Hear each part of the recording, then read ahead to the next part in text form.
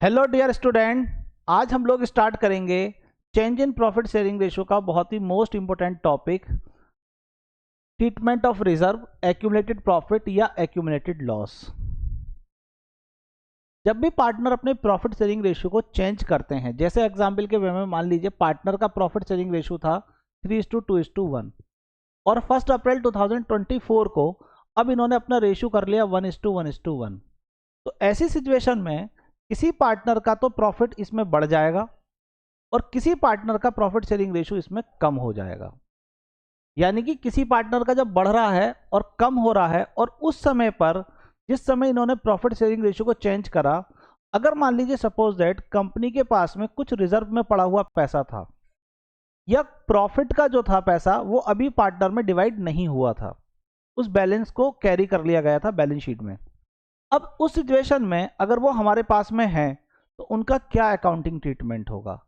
अगर फर्म उसको डिवाइड नहीं करती है तो किसी पार्टनर का शेयर उसमें बढ़ जाएगा और किसी पार्टनर का शेयर उसमें कम हो जाएगा। जैसे सपोज दैट मान लीजिए किसी फर्म के पास में प्रॉफिट का जो पैसा है वो अनडिस्ट्रीब्यूटेड है 60,000 रुपीज़, मतलब ये पार्टनर में डिवाइड नहीं हुआ है। ये जो अर्निंग करी गई थी ये 3:2:1 के रेशो में अर्न करा गया था। तो अगर इसमें मैं देखूं ए का कितना शेयर है, बी का कितना शेयर है और सी का कितना है, तो इसमें ए का हो जाएगा 30,000 रुपीज़ एंड बी का हो जाएगा आपके पास में 20,000 रुपीज़ एंड सी का होगा इसके अंदर 10,000 रुपीज़। अगर ये पार्टनर डिवाइड ना करें और जब एग्रीमेंट चेंज होकर रेशियो हो गया 1:1, तो अब ये 60,000 जो डिवाइड होगा वो किस रेशियो में डिवाइड होगा? 1:1 में। तो ऐसी सिचुएशन में अब ईच पार्टनर का अगर हम देखें तो 20 इसका हुआ, 20 इसका हुआ एंड 20 हमारे पास में इसका हुआ। इसका मतलब देखा जाए तो ये जो प्रॉफिट अर्निंग करा गया था वो उस समय एग्रीमेंट के अकॉर्डिंगली था 3:2:1। तो ऐसे में हमारे पास इसको 30,000 का शेयर था, बट अब नए रेशियो के अकॉर्डिंगली इसका 20,000 हो गया। तो ऐसे में 10,000 रुपीज से इसका जो शेयर है वो कम हो गया और इसका कोई इफेक्ट नहीं पड़ा क्योंकि इसका पुराना और नए में कोई चेंज इसने करा ही नहीं। तो जितना पुराने के अकॉर्डिंगली था इतना नए के, तो इससे तो कोई टेंशन है ही नहीं। और इस पार्टनर का शेयर हमारे पास 10,000 से क्या हो जाएगा? बढ़ जाएगा। तो ऐसे में अब एक का बढ़ रहा है और एक का कम हो रहा है, जबकि अर्निंग तो किसी और रेशियो में हुई। तो उस समय फर्म जब अपने प्रॉफिट शेयरिंग रेशियो को चेंज करती है तो इन प्रॉफिट्स का या कोई एक्यूमुलेटेड लॉस वगैरह है या रिजर्व है तो उनका क्या अकाउंटिंग ट्रीटमेंट होगा, ये हमारा आज का टॉपिक इससे रिलेटेड है। अब देखिए, पहले तो आप ये जानिए कि आपके पास में जो रिजर्व होते हैं वो कितने टाइप के रिजर्व होते हैं। तो नॉर्मल आपने 11वीं क्लास में पढ़ा होगा कि आपके जो रिजर्व है वो दो टाइप के होते हैं। एक होता है जिसको जनरल रिजर्व बोलते हैं, यानी कि फर्म उसका कहीं भी यूटिलाइज कर सकती है जहां उसे इमरजेंसी आती है कि भाई ये पैसा हमारे पास रखा हुआ है। जैसे आप अपने परिवार में कुछ फैमिली में पैसा अपना रिजर्व करके रख लेते हैं कि भाई अगर कोई इन केस अनसर्टेन इमरजेंसी आती है तो इस पैसे को हम यूटिलाइज कर लेंगे, उसको रिजर्व करके आपने रख दिया। इसे बोलते हैं फ्री रिजर्व। एक होते हैं जो स्पेशल रिजर्व बनाए जाते हैं, किसी पर्पस के लिए बनाए जाते हैं। जैसे मान लीजिए किसी फैमिली के अंदर बच्चों की हायर एजुकेशन के लिए कुछ पैसा उन्होंने पहले से इकट्ठा करना शुरू कर दिया, या उनकी मैरिज के लिए कुछ पैसा पहले से इकट्ठा करना शुरू कर दिया और उसको एक अकाउंट में डाल दिया कि भाई ये पैसा इस पर्पस के लिए काम आएगा। तो ऐसे रिजर्व को हम बोलते हैं स्पेशल रिजर्व। तो जब हमारे पास क्वेश्चन में लिखा हुआ है जनरल रिजर्व या reserve fund, reserve word use कर ले तो आप ध्यान रखिएगा क्या करना है। वर्कमैन कंपनसेशन रिजर्व, ये एक स्पेशल रिजर्व है। ये जो रिजर्व होता है ये हमेशा जब कोई भी वर्कर्स होता है अगर उसके अगेंस्ट कोई क्लेम है तो उस क्लेम की पेमेंट करने के लिए फर्म इस रिजर्व को क्रिएट कर लेती है। और जब फर्म अगर किसी वर्कर्स को पैसा देना है तो इस अकाउंट से निकालकर पैसा दे दिया, जिससे फर्म के नॉर्मल ऑपरेशंस में कोई इफेक्ट नहीं आता। अगर वो कोई क्लेम नहीं है तो ऐसे में ये पैसा किसका? ये हमेशा पार्टनर का रहेगा क्योंकि ये प्रॉफिट में से कमाकर डाला गया है। इसी तरीके से इन्वेस्टमेंट फ्लैक्चुएटिंग रिजर्व है और ये भी हमारे पास में सेम। ये किसके लिए बनाया जाता है? तो ये हमारे इन्वेस्टमेंट के पर्पस के लिए बनाया जाता है कि अगर इन केस हमने जो पैसा इन्वेस्ट किया है मार्केट में अगर उसका वैल्यू कम हो जाए, यानी कि जितने में खरीदा था उससे वैल्यू कम हो जाए, तो ऐसे में उस लॉस को हम राइट ऑफ जो कर देंगे वो इस रिजर्व के पैसे से कर देंगे। तो इसलिए इसको बोलते हैं इन्वेस्टमेंट फ्लैक्चुएशन रिजर्व। और लास्ट हमारे पास लिखा हुआ है प्रॉफिट एंड लॉस अकाउंट। तो प्रॉफिट एंड लॉस अकाउंट का जो बैलेंस है वो अनडिस्ट्रीब्यूटेड प्रॉफिट है। जब लाइबिलिटी साइड होता है तो ये क्रेडिट बैलेंस हुआ, ये अनडिस्ट्रीब्यूटेड प्रॉफिट कहलाएगा। और अगर ये हमारे पास में एसेट साइड गिवन है तो ये डेबिट बैलेंस हो गया और ये आपके लिए एक लॉस हुआ। तो चाहे लॉस हो या प्रॉफिट हो, अगर बैलेंस शीट में है इसका मतलब हुआ कि जिस ईयर का भी है या टोटल मिलाकर जिन ईयर्स का भी होगा उसको अभी ये राइट ऑफ पार्टनर में नहीं किया गया। इसी तरीके से हमारे पास होती हैं फिक्टिशियस एसेट्स, ऐसी एसेट्स जो बिजनेस को ऑपरेट नहीं करती हैं। जैसे कोई भी खर्चा है अगर मैंने उसे कैरी ऑन कर लिया है नेक्स्ट ईयर में, या जैसे एडवर्टीजमेंट एक्सपेंसेस के खर्चे को हम राइट ऑफ कर रहे हैं नेक्स्ट 3 ईयर में या 4 ईयर में, तो ऐसे में जो खर्चे होते हैं वो कहलाती हैं फिक्टिशियस एसेट्स। एग्जाम्पल के भी मैंने 2 लिख लिए हैं, एडवर्टीजमेंट सस्पेंस अकाउंट और प्रिलिमिनरी एक्सपेंसेस। ये दोनों जो खर्चे हैं ये फिक्टिशियस एसेट्स हैं। तो ये तो एक तरीके का कैपिटल लॉस है। तो ये भी जो अर्निंग करी गई ये भी ओल्ड रेशियो के अकॉर्डिंगली करी गई, 3:2:1 के अकॉर्डिंग। और ये जो लॉस हैं वो भी तो 3:2:1 के अकॉर्डिंगली रहेंगे, ये भी पुराने के अकॉर्डिंगली हैं।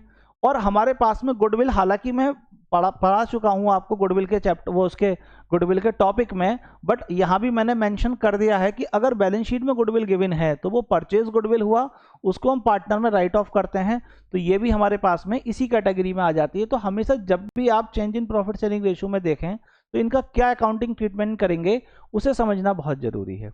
अब या तो पार्टनर क्या करते हैं कि भाई देखो अपना हिसाब, अब नया जब रेशियो कर रहे हैं, नया एग्रीमेंट बना रहे हैं, तो एक तरीका तो यह है कि इन सबको पार्टनर में डिवाइड कर दो, जितने रिजर्व है उन्हें सबको खत्म करिए, इन सबको पार्टनर में डिवाइड कर दीजिए, बांट दीजिए, नए पुराने रेशियो में 3:2 के रेशियो में, बात खत्म।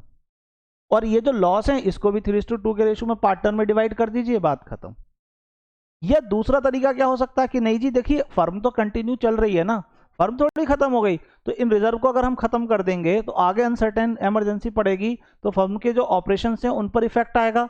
तो क्या करा जाए, तो फिर एक काम करते हैं कि जिसका जितना शेयर बढ़ा उसको इतना कंपनसेशन वो उसको दे देगा जिसका शेयर कम हुआ। जैसे एग्जाम्पल के भी मैंने आपको बताया कि भाई देखिए इसका कम हुआ और इसका बढ़ गया इतना, इसमें प्रॉफिट में अगर मैं इसे डिवाइड नहीं कर रहा हूं, तो ऐसे में जब मैं इसे डिवाइड नहीं करूंगा तो ये जो मेरे पास में कैलकुलेट होकर आया 10,000, ये इसके कैपिटल अकाउंट से, मतलब ये इसको पैसा दे देगा, कितना देगा 10,000। तो इसका मतलब होता है हमारे पास में कि ओवरऑल मिलाकर हम 2 तरीके से इनका अकाउंटिंग ट्रीटमेंट कर सकते हैं। पहला हमारे पास में क्या है कि हम इसे राइट ऑफ कर दें, या दूसरा क्या करते हैं हम कि जितना इसको राइट ऑफ नहीं कर रहे हैं बल्कि हम इसको जितना जिसका शेयर बड़ा है वो उसके अकाउंट से किसी दूसरे के अकाउंट में, मतलब वो उसको इतना पैसा पे कर देगा, दे देगा। अब हमारे पास में जब इनकी बात हो रही है तो यहाँ 2 मेथड मैंने आपको बताए। पहला मेथड क्या है आपके पास में, इनको रिटर्न ऑफ कर दीजिए। क्या कर दीजिए, रिटर्न ऑफ कर दीजिए आप। दूसरा आपके पास में क्या है कि इनको हम राइट ऑफ नहीं कर रहे, not right of.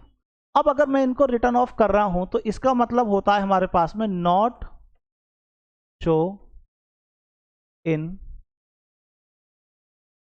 Revised balance sheet, यानी कि जो मैं दूसरी बैलेंस शीट बनाऊंगा इनको एडजस्टमेंट करने के बाद, रेशियो चेंज होने के बाद में फिर हम एक बैलेंस शीट बना लेते हैं कि भाई ये एडजस्टमेंट होने के बाद अब पोजीशन ये है, तो उस बैलेंस शीट में हम इसको शो नहीं करेंगे। इसका मतलब वो हम इन्हें राइट ऑफ कर रहे हैं।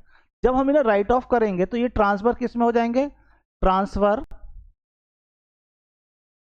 टू, किसमें ट्रांसफर कर रहे हैं, पार्टनर के अकाउंट में। तो पार्टनर के किस में करेंगे हम, अब पार्टनर के तो 2 तरीके के मेथड होते हैं ना आपके पास। तो पार्टनर का अगर मेरा फिक्स मेथड है, कौन सा मेथड है बच्चों, फिक्स मेथड है, तो ये ट्रांसफर हो जाएंगे करंट अकाउंट में। ओके, अगर मेरे पास में फ्लैक्चुएशन मेथड है, ठीक, तो ये ट्रांसफर हो जाएंगे कैपिटल अकाउंट में। किसमें ट्रांसफर हो जाएंगे, कैपिटल अकाउंट में ट्रांसफर हो जाएंगे। तो एक तो क्या करा है हमने, इनको राइट ऑफ कर दिया, खत्म कर दिया, ट्रांसफर कर देंगे सबको, चाहे एसेट साइड के दोनों साइडों में किधर की साइड का भी बैलेंस हो। दूसरा हमारे पास तरीका क्या है कि हम इसको कर देंगे एडजस्टमेंट। एडजस्टमेंट करेंगे हम, एडजस्टमेंट किसके through, through capital account. Capital account या आपके पास में करंट अकाउंट, किसके थ्रू, या तो कैपिटल अकाउंट के थ्रू या करंट अकाउंट। अब वही ध्यान रखना है, अगर मेरा मेथड फिक्स्ड है, क्या है, फिक्स मेथड है, तो मैं किस में ट्रांसफर कर दूंगा इसको, करंट अकाउंट में। अगर मेरा मेथड क्या है, फ्लैक्चुएशन मेथड है, तो फ्लैक्चुएट मेथड है तो मैं किस में ट्रांसफर कर दूंगा, तो फ्लैक्चुएट मेथड में मैं कर दूंगा कैपिटल अकाउंट में ट्रांसफर। तो अब इसका मतलब हुआ आपके पास में show in revised balance sheet. तो किस में शो करेंगे इसको हम? रिवाइज्ड बैलेंस शीट में शो करेंगे। अब इसके अकॉर्डिंग क्या जर्नल एंट्री बनेंगी और इसके अकॉर्डिंग क्या जर्नल एंट्री बनेंगी, इस पॉइंट को समझते हैं। अब देखिए, आपके पास में ये जो बैलेंस हैं, जितने भी लाइबिलिटी साइड के बैलेंस होते हैं बच्चों, ये सब कौन से बैलेंस होते हैं? ये सब क्रेडिट बैलेंस होते हैं। और जितने भी एसेट साइड के बैलेंस होते हैं, ये सब क्या होते हैं? ये सब डेबिट बैलेंस होते हैं। तो ऐसी सिचुएशन में जब ये क्रेडिट हैं, तो मुझे इस अकाउंट के बैलेंस को किस में ट्रांसफर करना है? कैपिटल अकाउंट में या करंट अकाउंट में। वो डिपेंड करता है आपके मेथड के ऊपर, या तो इसमें ट्रांसफर करोगे या इसमें। अब ये क्रेडिट बैलेंस जब मैं इसमें ट्रांसफर करूंगा, तो हमेशा ध्यान रखिएगा कि ये ट्रांसफर होकर इनको तो जर्नल एंट्री में नाम लिखेंगे डेबिट में, और जिस अकाउंट में आप ट्रांसफर कर रहे हो यानी कि कैपिटल अकाउंट में, इनके रिप्लेस की जगह वो क्रेडिट हो जाएगा। यहां पर बच्चों को बहुत कंफ्यूजन होता है, कोई कंफ्यूजन की जरूरत नहीं है। जब भी कोई जर्नल ट्रांसफर एंट्री बनाओ, ट्रांसफर की जर्नल एंट्री बनाओ, तो पहले ये देख लो कि जिस अकाउंट के बैलेंस को आप ट्रांसफर कर रहे हो वो डेबिट है या एक क्रेडिट बैलेंस है।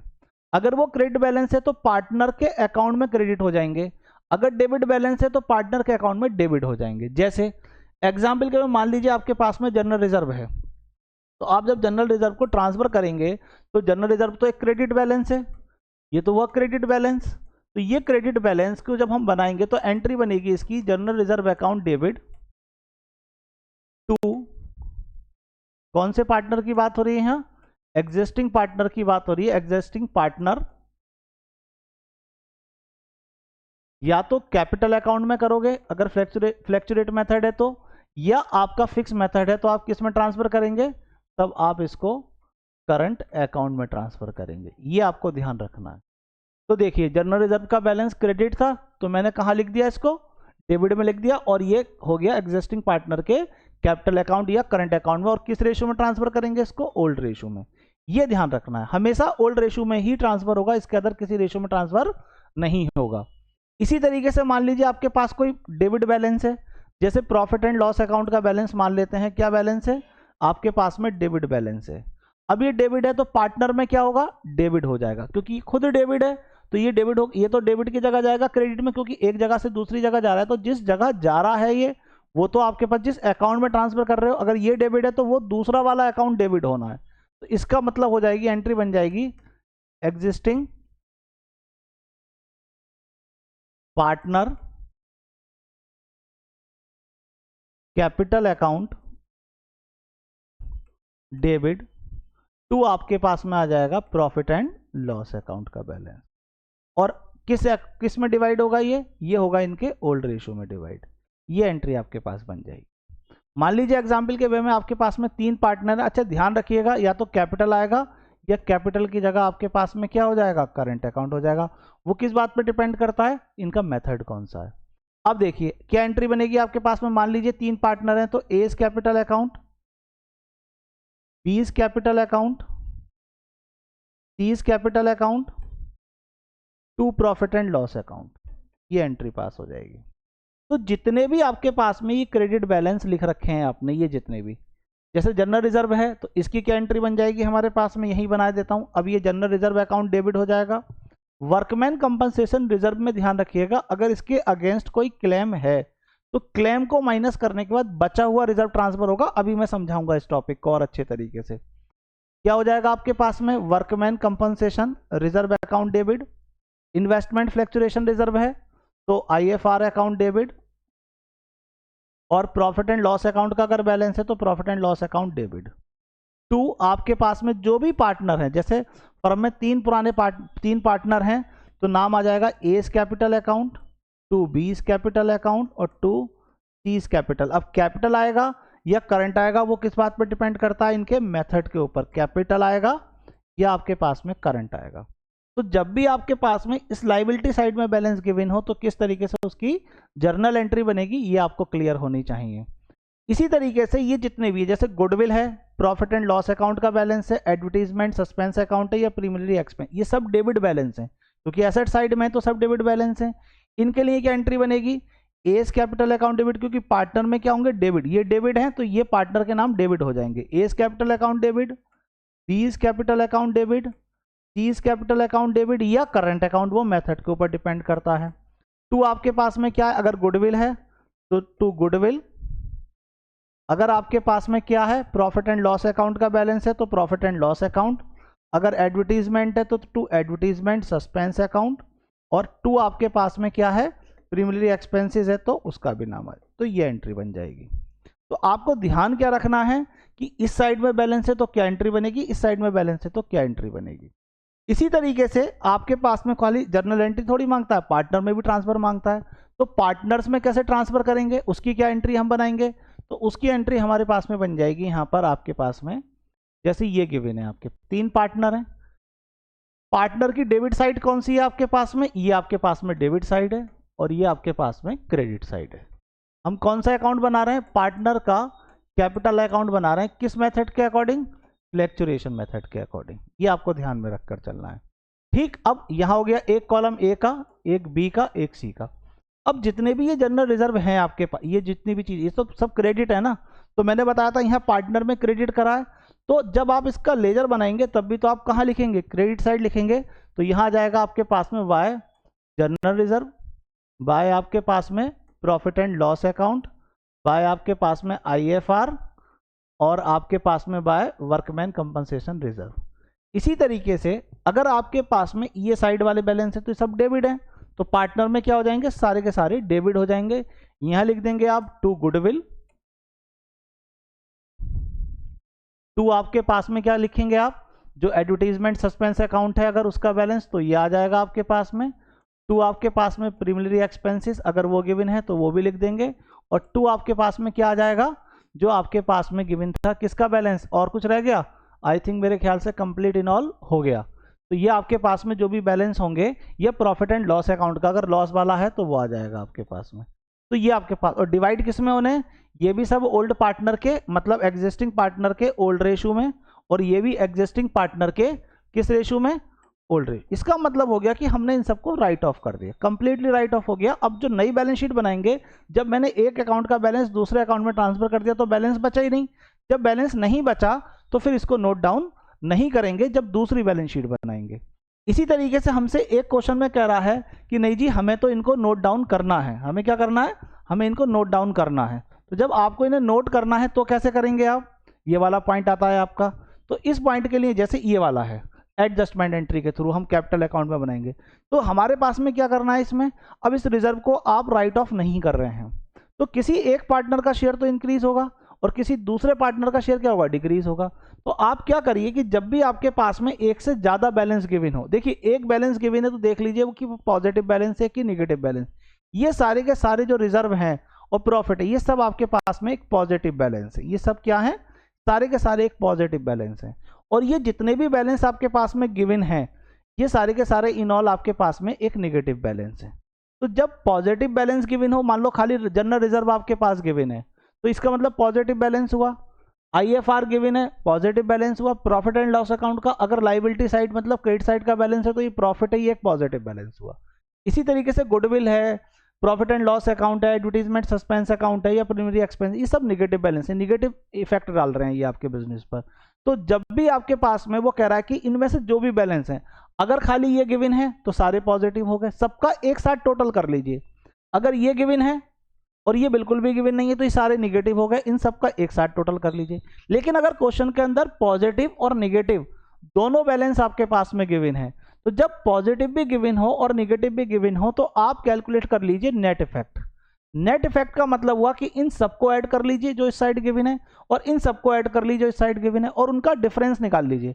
अब जब मैं डिफरेंस निकालूंगा तो हो सकता है कि इनका ज्यादा आए, मान लो इनका सबका टोटल मिलाकर आपके पास में गिवन है 20, इन सबका टोटल बता रहा हूं मैं, मान लो गिवन है आपके पास में 20,000 और इन सबका जो टोटल गिवन है मान लेते हैं ये है आपके पास में 15,000। अब देखिए 20 में से मैं 15 को लेस करूंगा तो मेरे पास क्या आएगा 5,000 आएगा। अब ये 5,000 कौन सा ज्यादा आया, ये वाला आया, तो ये नेट इफेक्ट कहलाएगा पॉजिटिव। अगर मान लीजिए इन केस ये हमारे पास में 20,000 की, इसको मान लेते हैं ये 20,000 की जगह आपके पास 35 है तो 20 ज्यादा, ये पॉजिटिव वाला, निगेटिव वाला 35, तो कौन सा ज्यादा हुआ, निगेटिव वाला। कितने से ज्यादा हुआ 15,000, तो इसका मतलब निगेटिव इफेक्ट आया। तो पहले तो पॉजिटिव इफेक्ट और निगेटिव इफेक्ट दोनों को कैलकुलेट कर लीजिए। जब आप दोनों को कैलकुलेट कर लेंगे तो या तो आपका कौन सा इफेक्ट आएगा, नेट इफेक्ट निकालना है आपको। क्या निकालना है यहाँ पर आपको? नेट इफेक्ट कैलकुलेट करना है। और जब नेट इफेक्ट आप कैलकुलेट कर लेंगे तो या तो ये आएगा पॉजिटिव या आएगा आपके पास में ये निगेटिव, मतलब माइनस वाला होगा या आपके पास में प्लस वाला होगा। और इस वाले अकाउंटिंग ट्रीटमेंट को जिसमें हमें शो करना है रिवाइज्ड बैलेंस शीट में, यह कह सकता है सिंगल एंट्री बनाइए, एडजस्टमेंट एंट्री बनाइए, सिंगल एंट्री बनाइए, ये इसके नाम दे सकता है वो। तो यहाँ पॉजिटिव इफेक्ट में आपकी एंट्री बनेगी आपके पास में गेनिंग पार्टनर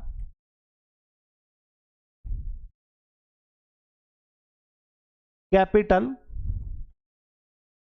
या स्लैश करंट। अब वो किस बात पर डिपेंड करता है? आपका मेथड पर डिपेंड करता है। फिक्स है तो करंट, अदरवाइज फ्लैक्चुएट है तो कैपिटल अकाउंट डेबिट टू आपके पास में सैक्रिफाइस पार्टनर कैपिटल या स्लैश आपके पास में करंट अकाउंट, ये आपके पास हो जाएगा। तो गेनिंग पार्टनर को क्या करना है आपको? यहां पर जो गेनिंग पार्टनर है उसे डेबिट में लिखना है और यहां सैक्रिफाइस। तो ध्यान रखिएगा कि आपको कैलकुलेट करना पड़ेगा पहले तो कौन सा रेशो, सैक्रिफाइस या गेनिंग रेशो।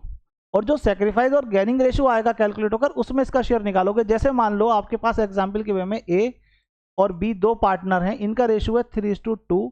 अब इन्होंने अपना डिसाइड कर लिया रेशो 1:1। तो जब नया रेशो भी गिवन है, ओल्ड रेशो भी गिवन है, तो पहले इन दोनों का मुझे सैक्रिफाइस या गेनिंग रेशो कैलकुलेट करना पड़ेगा। और इनका मैंने फॉर्मूला आपको क्या बताया था? Old share minus new share, है ना। तो अब देख लीजिए ए का ओल्ड कितना है 3/5 माइनस 1/2, डिफरेंस निकालेंगे 10, 6 माइनस 5 दैट इज 1/10, प्लस में आ रहा है तो सैक्रिफाइस। बी का निकाल लीजिए आप, तो बी का कितना है 2/5 माइनस आपके पास में 1/2, इसका डिफरेंस कैलकुलेट कर लीजिए कितना हो गया आपके पास में 10, हो जाएगा 4 माइनस 5 दैट इज माइनस का 1/10। तो कौन सेक्रीफाइस कर रहा है? तो ये आपके पास में जिसका निगेटिव में आता है वो गेन कर रहा है, जिसका पॉजिटिव में आ रहा है वो आपके पास सेक्रीफाइस कर रहा है। तो इसका मतलब अब ये नेट इफेक्ट मान लेते हैं जो पॉजिटिव में था, कुछ भी एनी वन हो, मान लो ये 20,000 है, तो इस 20,000 का जो नेट इफेक्ट पॉजिटिव आया है उसके लिए क्या एंट्री पोस्ट हो जाएगी? तो उसके लिए एंट्री पोस्ट हो जाएगी। अब देखिए ये है अमाउंट, कैसे निकालोगे? जितना भी वो सेक्रीफाइस कर रहा है उसकी अमाउंट कैलकुलेट कर लीजिए 2,000। इसका मतलब हुआ कि इस 20,000 के पॉजिटिव इफेक्ट में इसके 2,000 रुपए कम हो रहे हैं, तो इसको 2,000 रुपीज मिल जाएंगे। किससे मिलेंगे 2,000? क्योंकि दो ही पार्टनर हैं तो मिलेंगे बी से, बी सेम शेयर के साथ में गेन कर रहा है। तो यहां पर एंट्री बनेगी, जो गेनर है उसका नाम आप डेबिट में लिखोगे तो बीज कैपिटल अकाउंट। अगर मेथड के ऊपर डिपेंड करता है, बार बार बोल रहा हूं, बीज कैपिटल अकाउंट डेबिट टू आपके पास में एज कैपिटल अकाउंट, या तो ये बनेगी, या फिक्स मेथड है तो क्या बन जाएगी बीज करंट अकाउंट डेबिट टू आपके पास में एज करंट अकाउंट। ये एंट्री आप बना देंगे और अमाउंट कितना लिख देंगे? अमाउंट में कोई चेंज नहीं होना है, 2,000 2,000 2,000 2,000, ये आपके पास आ जाएगा। ये आपका इफेक्ट पड़ेगा इसके अकॉर्डिंगली। अगर मान लीजिए इनकेस निगेटिव इफेक्ट है तो इस एंट्री की जगह आप क्या कर देंगे? अपोजिट एंट्री बना देंगे, मतलब सैक्रिफाइस को आप डेबिट में लिखेंगे तो sacrifice partner capital account to आपके पास में गेनिंग पार्टनर कैपिटल अकाउंट, ये आपके पास में एंट्री बन जाएगी। अगर नेट इफेक्ट आपका क्या होगा? निगेटिव होगा। मान लेते हैं नेट इफेक्ट आपके पास निगेटिव है 10,000 रुपीज से, तो 10,000 आया और इसमें कितना वो सेक्रीफाइस कर रहा है 1/10, तो मल्टीप्लाई 1/10 कर दीजिए, अमाउंट कैलकुलेट होकर आ जाएगा कितना 1,000। तो 1,000 के हिसाब से अब इसमें क्या एंट्री बन जाएगी? तो इस केस में एंट्री बनेगी A's capital account debit to B's capital account, ये एंट्री बन जाएगी। अमाउंट आ जाएगा 1,000 1,000। और अगर मेथड में चेंज है आपके पास में तो हो जाएगा एज करंट अकाउंट टू आपके पास में बीज करंट अकाउंट, ये आपके 20 करंट अकाउंट, ये आपके पास में एंट्री पास हो जाएगी। और अमाउंट कितना आ जाएगा यहाँ पर 1,000 एंड 1,000। तो ये आपको ध्यान रखना है कि जब भी आपके पास में नेट इफेक्ट होगा तो किस तरीके से आपको एंट्री पोस्ट करनी है। आई होप कि ये पॉइंट आपको बहुत अच्छे तरीके से क्लियर हो गया होगा। मैंने इसमें कोई भी प्रैक्टिकल क्वेश्चंस नहीं कराया है, क्योंकि अगर मैं इसमें प्रैक्टिकल क्वेश्चंस करा दूंगा तो थोड़ा सा आपका टाइम बढ़ जाएगा। इसमें कुछ केस भी हैं, जैसे इन्वेस्टमेंट फ्लैक्चुएटिंग रिजर्व है, उसका किस तरीके से करेंगे, या आपके पास वर्कमैन कंपनसेशन रिजर्व है तो उसके केस को किस तरीके से करेंगे, या हमारे पास में जो है क्या कहते हैं और अदर इन्फॉर्मेशन है तो उनके केसों को कैसे करेंगे। इससे रिलेटेड मैं एक अलग सेपरेट वीडियो बनाऊंगा इसी स्लाइड के बाद में, आप उसको जाकर देख लीजिएगा। कॉन्सेप्ट मैंने आपको समझा दिया है। एडमिशन में भी यही पॉइंट बनते हैं, ओल्ड रेशो में डिवाइड हो जाएगा, वहाँ एग्जिस्टिंग पार्टनर नहीं है, ओल्ड के साथ में एक नया ऐड हो रहा है, तो अगर मान लो 2 पुराने हैं तो उनमें डिवाइड हो जाएगा। इसी तरीके से रिटायरमेंट और डेथ भी है, उन सब में भी इनऑल मिलाकर यही पॉइंट बनता है। इसको आप बहुत अच्छे तरीके से करिए, क्लियर कीजिए। आई होप कि ये पॉइंट आपको बहुत अच्छे से क्लियर हो गया होगा। हम अगली वीडियो के साथ मिलते हैं।